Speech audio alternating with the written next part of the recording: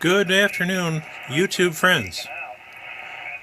What you're listening to is 40 meters on the 10-Tech RX320 going into my new MFJ clear tone speaker over there. I rearranged a little bit, moved a few things around, got my 2-meter radio up there, tuned to my local repeater, and this is a little unwrapping. Let me turn the radio down. So this is another Pixel cell phone video. I did one of these last time. You're going to notice the watermark at the bottom for Power Director. It's because I'm using the trial software on the phone. They charge you a monthly fee or some crazy thing to use the software on the phone. I don't know why. You can buy it on the computer and pay outright for it, which I've done, and I use it and I like it. But the phone software you got to pay monthly, which is crazy. Okay. I digress. This is a little unwrapping, and I called it an unboxing, but it's truly an unwrapping because I already took it out of the box. I buy things, as I have mentioned many times before. Let me, boy, where's my zoom button on this? Oh, apparently when it's filming, it works that way. Okay. New technology here. John at Vintage Radio, or Vintage Electronics rather, it's vintage-electronics.com, who I've mentioned many times because I buy stuff from him fairly frequently. He doesn't carry as much as he used to. He moved and he doesn't have as much storage space anymore, but he still sells electronics. He buys out a lot of old ham radio estates and sells equipment nice and cheap. I actually got that clear tone MFJ speaker for him too. I bought two of them. I put one in my car, on my 2-meter radio in the car. It's great in the car. So this is from a ham estate, and I guess we're down to bubble wrap. Oh, shucks. Where's my razor? I thought we were going to be able to just unwrap it with one hand, but I will have to improvise.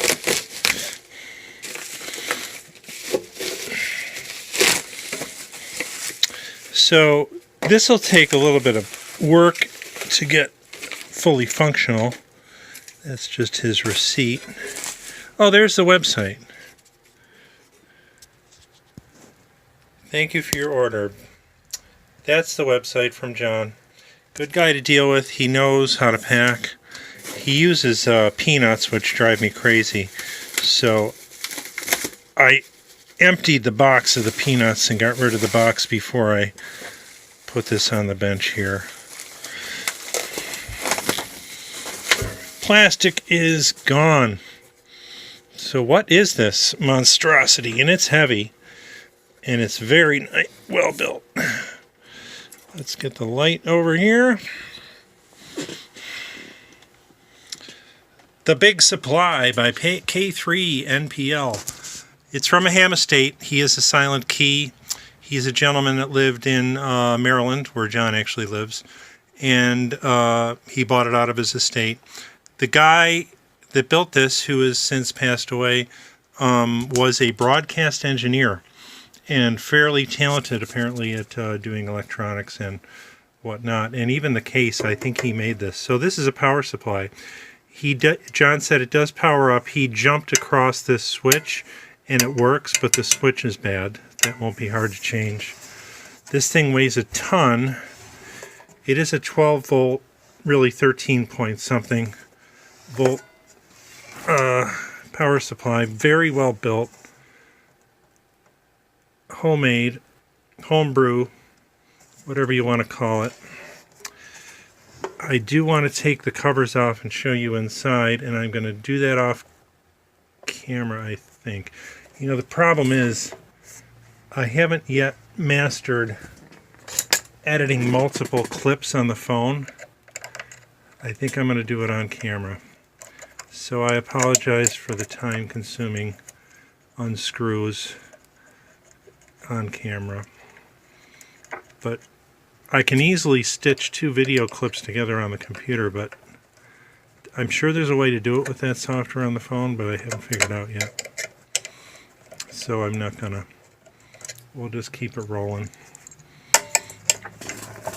This has fairly old electronics in it from the pictures. He did have pictures on his website inside of this thing, and from what I could tell, I cannot get that. It's sliding on me, and I can't put the camera down. I would use 2 hands normally. So from my view of it online, it's extremely well built and should work great. It does have capacitors in it that are probably from the 60s, maybe 70s, but I'm guessing from the 60s more. So this case, I'm pretty sure, let me just double check, I have a magnet right here. Yeah, it's all aluminum.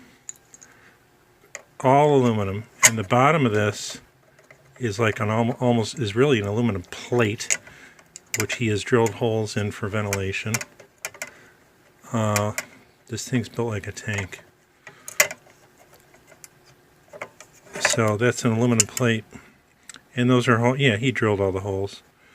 You can tell. So there we are, looking at the thing, and you can tell he built the whole thing himself. Let's see. It's nicely fused. He even used some tie wraps in there. Great layout on the board. So you can see the capacitors look fairly old. That one, sometimes they have dates, codes. That's a Sprague. I cannot tell. I don't want to waste your time looking for date codes. You can tell by the looks of them they're older. There's a, what's that? Transistor. Yeah, 72. Yeah, 7223. That would be the 23rd week of 1972. So that sounds about right. Early 70s. And very well built, as you can tell. Motorola power transistor. Nice heat sinks all around. There's heat sink up there. And we'll take the top cover off and I'll show you up there, which is the fun part. You can see this transformer. And this thing is a monster. But that's what you want in a power supply. I do have a switching power supply. There's actually one right up there. And that's a new one. I mean, it's probably only 3 years old. It's an Astron. And, you know, a lot of people complain the switching power supplies are noisy. And they can be. They can cause RF hash and noise into the HF bands. But I think that was more a problem years ago. And it's also a problem with poor manufacturing. That particular one that I just showed you does not make any noise on the HF bands that I've ever heard. It works fine. It's got clean output. But you get even cleaner output with a transformer power supply. A nice clean DC output. And the transformer in this is a 16 volt with a couple windings in it, and they're both like 8 amps each for a total of like 16 amps. And then there's that board I showed you on the bottom and all that stuff is actually the power regulator, I believe. So this thing is, I mean, it's well built. He didn't just throw a power cord on one side of a transformer and wire up the other side to a to use on his radio. He put a power regulator in there. Extremely well made. There's another transistor in the back there with a heat sink, nice big heat sink on it.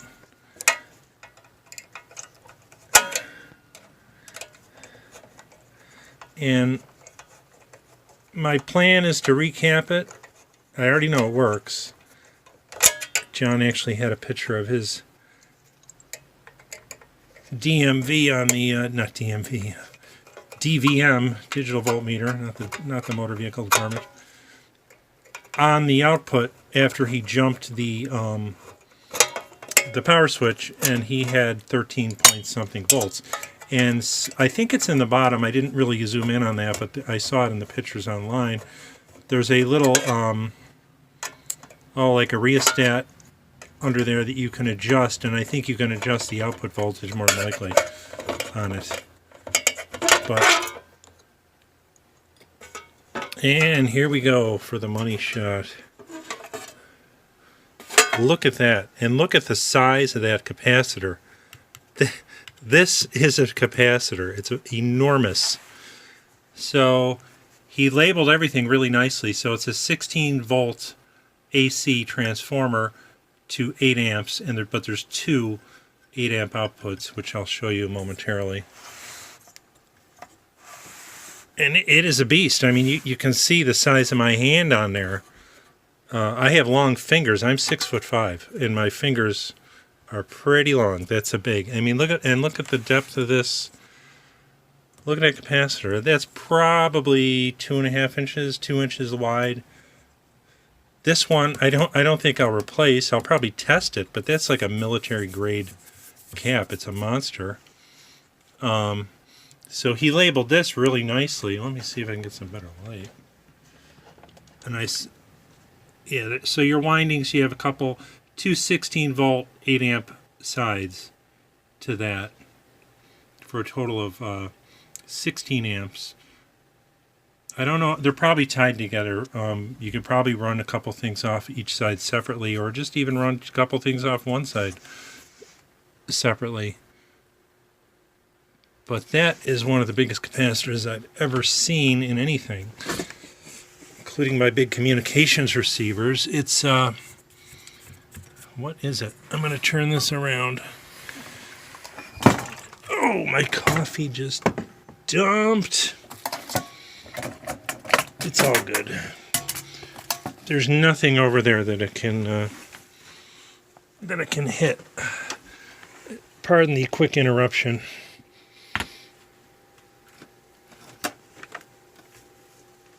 Okay. We got a towel on it. We're good.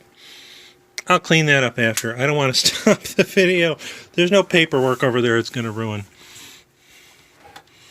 This is live TV, ladies and gentlemen. Reality video at its finest.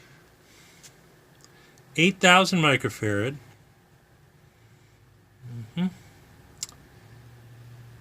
861313. Don't know what that would mean. General Instruments. It's General Instruments, part number 961-313. 8,000 microfarad, 75 volt DC, I think. Right there. 75 volt DC. That seem right? Maybe. 8,000 microfarad. Yeah, I guess that's what it is. It's a beast. I couldn't replace it, so hopefully, being as big and military grade looking as it is, it'll be fine and not be leaky, because I'm not going to find another one too easily. So there you have it. I'm going to replace the small capacitors on the bottom on the voltage regulator thing. And actually, let me show you that one last time before we go, because I did see, and I think it's correct, yes, there's a potentiometer down here, and I assume that's for adjusting your output voltage on this voltage regulator board. Extremely well made, though. I just got to find a switch, which I have switches.